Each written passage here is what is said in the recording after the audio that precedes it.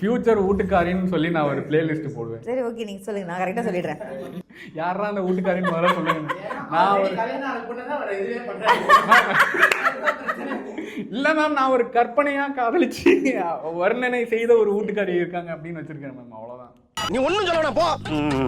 2026ல இருந்து நீங்க அப்படியே ஒரு டைம் டிராவல் பண்ணி 50-60ஸ்க்கு போகணுமா? அப்ப நீங்க பண்ண வேண்டியது இந்த ஈவெண்ட்டுக்கு டிக்கெட் புக் பண்ணி வர வேண்டியது. டிக்கெட்ஸ் எங்க இருக்கு மேம்? புக் மை ஷோவில் இருக்குது. மார்ச் 15th நடக்குது. 4 to 7 டைமிங்ஸு. இதுக்கு நீங்களும் வாங்க, அவரும் அவங்க வீட்டுக்காரையை கூட்டிகிட்டு வருவார். நம்ம எல்லாரும் சேர்ந்து என்ஜாய் பண்ணுறோம்.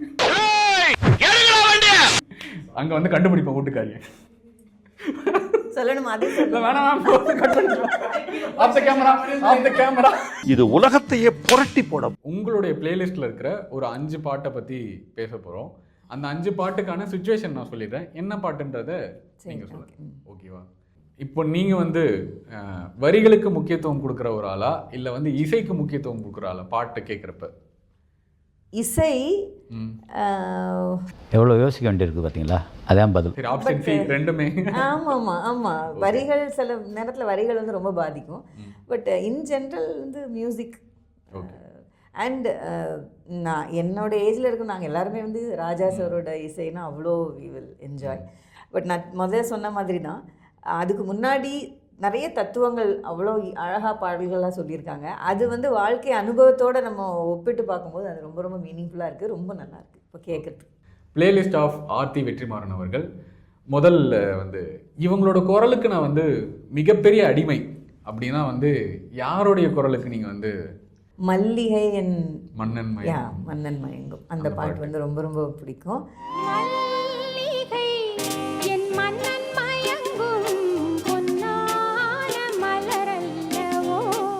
அது முதல்ல இருந்தே அது வரிகள் எல்லாமே வந்து பிடித்த வரிகள் தான். அது ரொம்ப ஒரு ரொமான்டிக்காகவும் இருக்கும், ரொம்ப நல்லா இருக்கும்ல. ஸோ எனக்கு அந்த ஃபுல் சாங்கே எனக்கு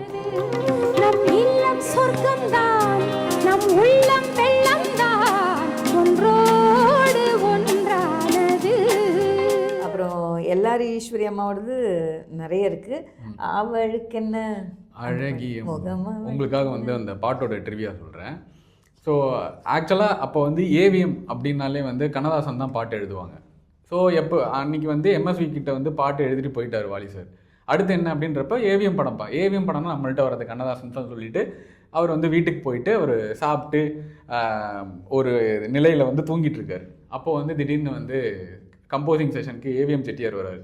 வந்துட்டு இந்த எம்எஸ்வி இந்த புதுசாக ஒரு பையன் வாலின்னு யாரோ எழுதுனால அவனை கூப்பிட்டு அவனை எழுதுவை அப்படின்னு சொல்லிட்டு, அப்படிங்களா அப்படின்னு சொல்லிட்டு ஏவிஎம்லேருந்து ஒரு ஆள் போகிறாங்க வாலியோட வீட்டுக்கு. அங்கே போனால் அவர் வந்து மது அருந்தி ஒரு நிலையில் வந்து வீட்டில் உட்காந்து இது பண்ணிகிட்ருக்காரு. வந்தவன் வந்து கூப்பிட்டு போகிறன்றதே மறந்துட்டு அவர் உட்காந்து பேசிகிட்டு இருக்காங்க. அடுத்து இன்னொரு ஆள் அனுப்புகிறாங்க. இன்னொரு ஆளும் வரல. கொஞ்சம் ஓவரா தான் போய்கிட்டு இருக்கோமோ, போவோம் என்னடா இது அப்படின்னு உடனே எம்எஸ்வி ஒரு ஆள் அனுப்புகிறாரு. நான் அனுப்புகிறேன் அப்படின்னு சொல்லிட்டு மூணாவதாக போனவன் தான் வந்து சொல்கிறான், ஏவிஎம்மில் பாட்டு எழுத உங்களை கூப்பிடுறாங்க உடனே வாங்கன்னு. உடனே அடிச்சு பிடிச்சி இது குளிச்சுட்டு தலையெல்லாம் சீவிட்டு இது ஏவிஎம்க்கு போகிறாரு. ஏவிஎம்க்கு ஓடி போய் இந்த மாதிரி தூரத்துலேருந்து பாட்டு எழுதி கொடுத்துட்டு வாங்க அப்படின்ற மாதிரி. அவருக்கா பயம் என்ன நடக்க போகுதுன்னு சொல்லிட்டு அப்புறம் வந்து டியூன் வந்தது. டியூனுக்கு ஏற்ற மாதிரி டக் டக் டக் டக் டக்னு எழுதி கொடுத்துட்டு எப்பயுமே அவர் தான் டிக் பண்ணுவார், செட்டியார் தான் டிக் பண்ணுவார். Okay okay okay okay okay எல்லாமே ஓகே அப்படின்னு சொல்லிட்டு நாளைக்கு வந்து ஷூட்டிங் இருக்குது அப்படின்னாங்க. நான் லிரிசிஸ்ட்டு, நான் எதுக்கு ஷூட்டிங் வரணும் அப்படின்னப்ப இல்லை நாளைக்கு ஷூட் பண்ணுறதா வந்து பிளான் இருக்குது டைரக்டருக்கு, அதனால் நீங்கள் வந்து வரணும் அப்படின்னு. சரிங்க சார் ஓகே அப்படின்னு சொல்லிட்டு லைன்ஸ்லாம் வந்து வித்தின் 15 minutesல ஓகே பண்ணிட்டாரு. அவர் வந்து ஓகேன்னு சொல்லிட்டு வீட்டுக்கு போய் படுத்துட்டு அடுத்த நாள் வந்து ஷூட்டிங். அதுதான் வந்து ஃபஸ்ட்டு தமிழ் சினிமாவில் வந்து ஒரு பாட்டு வந்து எப்படி கம்போஸ் ஆகணும்னு காட்டின ஒரு பாட்டு, விஷுவலைசேஷனாக. ஸோ அதை விஷுவலைசேஷனில் காட்டுறப்ப வாலி சார் ஓரத்தில் இப்படி பாடு எழுதிட்டு வருவார். ஷூட்டிங்லாம் முடிஞ்சதுக்கப்புறம் வந்து மேயப்ப செட்டியார்கிட்ட போயிட்டு சொல்லுவார், ஐயா வணக்கம், சொல்லுங்கள் வாலி நல்லா எழுதிருக்கீங்க, என்ன பணம் கூடுதலாக வேணுமா அப்படின்னு. அதுக்கு நான் வரல அப்படின்னதுக்கப்புறம் சரி சொல்லுங்கள் என்ன அப்படின்னே, நீங்கள் என்ன தொடர்ச்சியாக கூப்பிடுவீங்களா? கூப்பிடுவோம் வாலி, இதில் என்ன, நான் ஒரு தப்பு பண்ணிட்டீங்களா, பாட்டு கம்போசிங் முடிஞ்சிருச்சு வாலி அப்படின்னு. இல்லை அந்த தப்பு இல்லை, நீங்கள் எப்பயும் என்ன கூப்பிட மாட்டீங்க, கண்ணதாசன் சார் தான் கூப்பிடுவீங்க. நான் அந்த ஒரு தைரியத்தில் நான் வந்து சாப்பிட்டு தூங்கிட்டேன், அதனால் வரும்போது மது அருந்திய நிலையில் இருந்து தான் நான் வந்து இதுக்கு வந்தேன் அப்படின்னோடனே, என்ன அப்படி சொல்கிற, இது உனக்கு லாஸ்ட் சான்ஸ், இனிமே நீ வந்து குடிக்காமல் வந்து இது பண்ணணும் அப்படின்னோடனே அன்னைக்கு. ஸோ இந்த பாட்டை வந்து பின்னரில் கண்ணதாசன் வந்து கேட்குறாரு. கண்ணதாசன் கேட்டு இந்த காலத்தில் எவன் இப்படி ஒரு பாட்டு எழுதுறான் அப்படின்னு சொல்லிட்டு, சர்வர் சுந்தரம் நாம தானே பாட்டு எழுதிட்டு இருந்தோம் அப்படின்னு உடனே வாலி எழுதியிருக்காரு இந்த பாட்டு அப்படின்னு உடனே அவருக்கு வந்து பாட்டு ரொம்ப பிடிச்சி போய் அவர் ஒரு ஸ்காட்ச் வந்து வீட்டுக்கு அனுப்பிவிட்டார். ஸோ இது வந்து அவரோட புக்லே அவர் வாலி சார் எழுதியிருந்தாரு. சரி, பாடலாசிரியர்கள் ரசிகர் மன்றம் அப்படின்னு வச்சுக்கலாம். இந்த 60ஸ்லேருந்து 80s அந்த பீரியடில் வந்து கண்ணதாசன், வாலி, பட்டுக்கோட்டை. ஸோ பட்டுக்கோட்டையோட பாட்டு வந்து அந்த அளவுக்கு காதலும் இருக்கும், ஊக்கமும் இருக்கும். கண்ணதாசன் பாடல்கள் தத்துவம் நிறைந்தது, எல்லா உணர்வுகளையும் கொண்டது.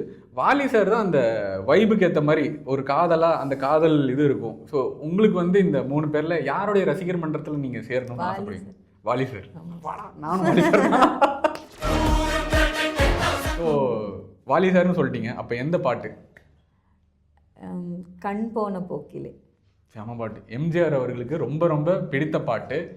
கண் போன போக்கிலே கால் போகலாமா, கால் போன போக்கிலே மனம் போகலாமா. அவ்வளவுக்கு கிரைண்டரா கிரைண்ட். வாட்டி வந்து இந்த பாட்டு வந்து எம்ஜிஆர் வீட்டுக்கு போகிறப்ப ஒரு நாள் இரவு முழுக்க கேட்டுக்கிட்டே இருந்தாராம்.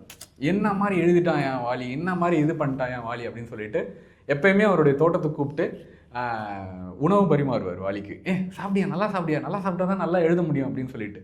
ஸோ முக்கால்வாசி எப்பயுமே கட்சிக்காரங்களை வச்சு தான் எல்லாரும் பாட்டு எழுதுவாங்க. ஆனால் வாலி சார் மட்டும்தான் கட்சிக்காரர் இல்லாமல் வந்து பாட்டு எழுதுகிற ஒரு ஆள். நீங்கள் இந்த விபூதி இதெல்லாம் வச்சுட்டு வரீங்க, அது எனக்கு ஒரு மாதிரி இருக்குது. ஏன்னா என் திராவிட கொள்கைகளை கொண்ட ஒரு ஆளை வச்சுக்கிட்டு கட்சியில் இருந்துக்கிட்டு நீங்கள் ஏன் அவரை பாட்டு எழுத வைக்கிறீங்கன்றப்ப வாலி சார் ரிப்ளை பண்ணுவார், நான் வந்து கடவுள் பக்தி கொண்டவன், முக்கியமாக முருகனை நம்புறவர், எனக்கு வந்து முருகன் தான் உங்களை கூப்பிட்டு வந்து விட்டாரு அப்படின்ற ஒரு நம்பிக்கையில் இருக்கேன். ஒருவேளை உங்களுக்கு அந்த மாதிரி இது இருந்துச்சுன்னா என்னை விட்டுருங்க அப்படின்னு. ஐயோ இல்லை உன் திறமை மேலே எனக்கு நம்பிக்கை இருக்குது அப்படின்னு சொல்லிட்டு இருக்க பிடிச்சிக்கிட்டாரு. ஸோ கட்சியுடைய இதை தனியாக வச்சுக்கிட்டு எப்பவுமே வாலி சாருக்காக வந்து ஒரு இடம் ஒதுக்கணும். நீங்க பாடுங்களேன். ஆமாம், நான் வந்து ஒத்துக்கிறேன். நான் பாடினா எஸ்.ஜே. சூர்யா சார் பாடுவார்ல, பொதிகை மலையை பிரிந்து, அந்த டெம்ப்ளேட்ல நான் இருப்பேன். அதனால நான் சொல்லிடுறேன். ஓகே. இந்த வரிகள் தான் எனக்கு ரொம்ப பிடிச்ச வரிகள். திருந்தாத உள்ளங்கள் இருந்தென்ன லாபம், வருந்தாத உருவங்கள் பிறந்தென்ன லாபம், இருந்தாலும் மறைந்தாலும் பேர் சொல்ல வேண்டும், இவர் போல யார் என்று ஊர் சொல்ல வேண்டும். ரொம்ப ரொம்ப பிடிக்கும். வாழ்க்கையை வந்து எப்படி வாழணும்னு யாராவது கேட்டாங்கன்னா ஒரு 4 பேர் சொல்ற மாதிரி வாழ்ந்துட்டு போங்க அப்படின்னு சொல்லிட்டு இந்த 4 லைன் சொல்றேன். ப்ரோ எனக்கு சரியா வருது ப்ரோ. இப்போ இந்த பாட்டை நீங்க ஃபர்ஸ்ட் எப்போ கேட்டீங்க? எப்போ வந்து உங்களுக்கு இந்த மாதிரி சொல்லியிருக்காங்களே அப்படின்னு சொல்லிட்டு தோணுச்சு? இல்லை, அதான் சொன்னேன், இது வந்து என்ன அறியாமலே நிறைய வாட்டி கேட்டிருக்கேன். அது ரெஜிஸ்டர் ஆயிருக்கு சப்கான்ஷியஸ் மைண்ட்ல இருக்கு. இப்போ வந்து ஒரு சில நேரத்தில் நம்ம நிறைய எக்ஸ்பீரியன்ஸ் பண்ணுவோம்ல, சில நேரம் வலிக்கும், வேதனையாக இருக்கும். அந்த மாதிரி நேரங்களில் இந்த பாட்டை கேட்கும்போது வந்து ரொம்ப ரொம்ப டச்சிங்காக இருக்கும்.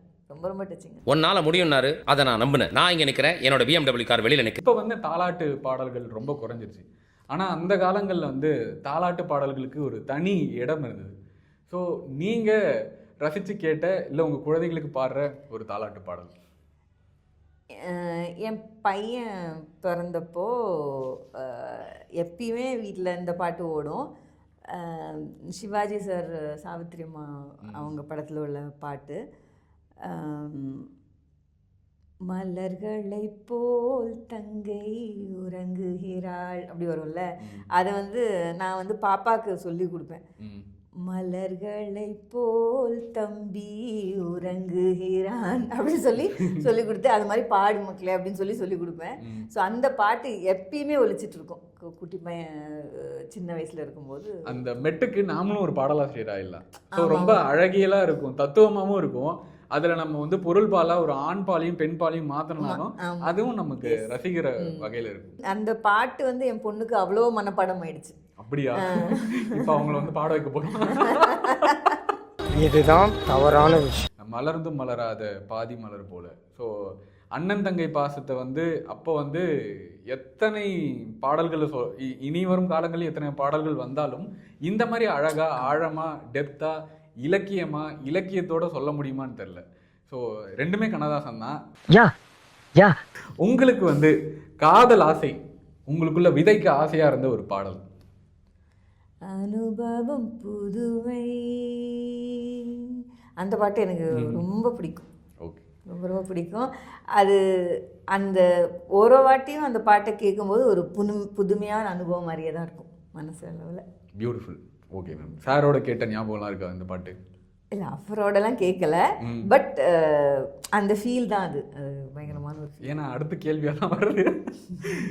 உங்கள் கணவரோடு நீங்கள் பயணம் செய்யும்போது, நீங்கள் வந்து ஒரு கார் ட்ரிப்லேயோ ஒரு பைக் ட்ரிப்லேயோ இருக்கீங்க, அப்போ வந்து நீங்கள் பயணம் செய்யும்போது அவரோட கேட்க விரும்பும் பாடல்? கேட்க விரும்பும் பாடல்லாம் இதை சொல்லலாம்.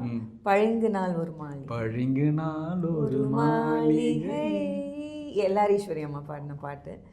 எல்லாரீஸ்வரி அம்மா ரொம்ப பிடிக்கும். அதில் குறிப்பாக இந்த பாட்டு வந்து ரொம்ப ரொம்ப பிடிக்கும். உங்கள் பர்சனல் ஃபேவரட்? எஸ். ஸோ இது வந்து ஒரு இங்கிலீஷ் பாட்டு. ஒரு 4 வாரம் 5 வாரம் ஆகுது பாட்டு எழுத அவர் வரல. முடியாதுன்னா முடியாதுன்னு சொல்லுங்க. என்ன முடியாது இப்போ நான் சொல்கிறேன் உங்களுக்கு அப்படின்னு சொல்லிட்டு அப்படியே அந்த எந்திரிச்சு பழுங்கினால் ஒரு மாளிகை, அதுக்கப்புறம் வர வரிகள் எல்லாம் அப்படியே அந்த கோவத்தில் கொட்டுவாங்கன்னு அந்த மாதிரி கோவத்தில் கொட்டினாங்க. எல்லாம் டியூன் கரெக்டாக இருக்கு, போயிட்டு வாங்க கவிஞர் அப்படின்னாங்க. ஸோ மெட்டுக்கு ஒரு பாட்டு எழுதணும் அப்படின்னு ஆசைப்படுறவங்க எல்லாருமே இந்த பாட்டை கேட்கலாம். எனக்கு இரவு நேரங்களில் ரொம்ப இந்த பாட்டு வந்து கேட்க பிடிக்கும். ரொம்ப சூதிங்கான ஒரு மியூசிக்கு, அந்த வேர்ட்ஸ் எல்லாம் வந்து ரொம்ப நம்ம பாடுறதுக்கே அழகாக இருக்கும். இந்த மாதிரியான பாடல்கள் நம்ம ஈவெண்ட்டில் நிறைய இருக்கும். இந்த மாதிரி பாடல்கள் நிறைய இருக்கும். நிறைய நாஸ்டாலஜிக் மூமெண்ட்ஸ் வந்து க்ரியேட் பண்ணோம் கண்டிப்பாக. ஸோ மறக்க முடியாத சில விஷயங்கள்லாம் நமக்கு நடந்திருக்கும். அதெல்லாம் வந்து கண்டிப்பாக அந்த தூண்டும் அந்த நினைவுகள் எல்லாம். இந்த ஈவெண்ட் வந்து மார்ச் 15ஆம் தேதி நடக்குது. அண்டு இந்த ஈவெண்ட்டில் நீங்களும் வந்து விழாவை வந்து சிறப்பிக்கலாம். இது ஏன்னா எங்களோட விழா இல்லை, இது உங்களோட விழா. எஸ். ஸோ எல்லாரையும் மார்ச் 15 வந்து சந்திக்கிறோம். உங்களுடைய நேரத்துக்கு மிக்க மகிழ்ச்சி. அண்ட் மார்ச் 15 நாங்கள் பெரிதும் எதிர்பார்க்குறோம். நன்றி. தேங்க்யூ.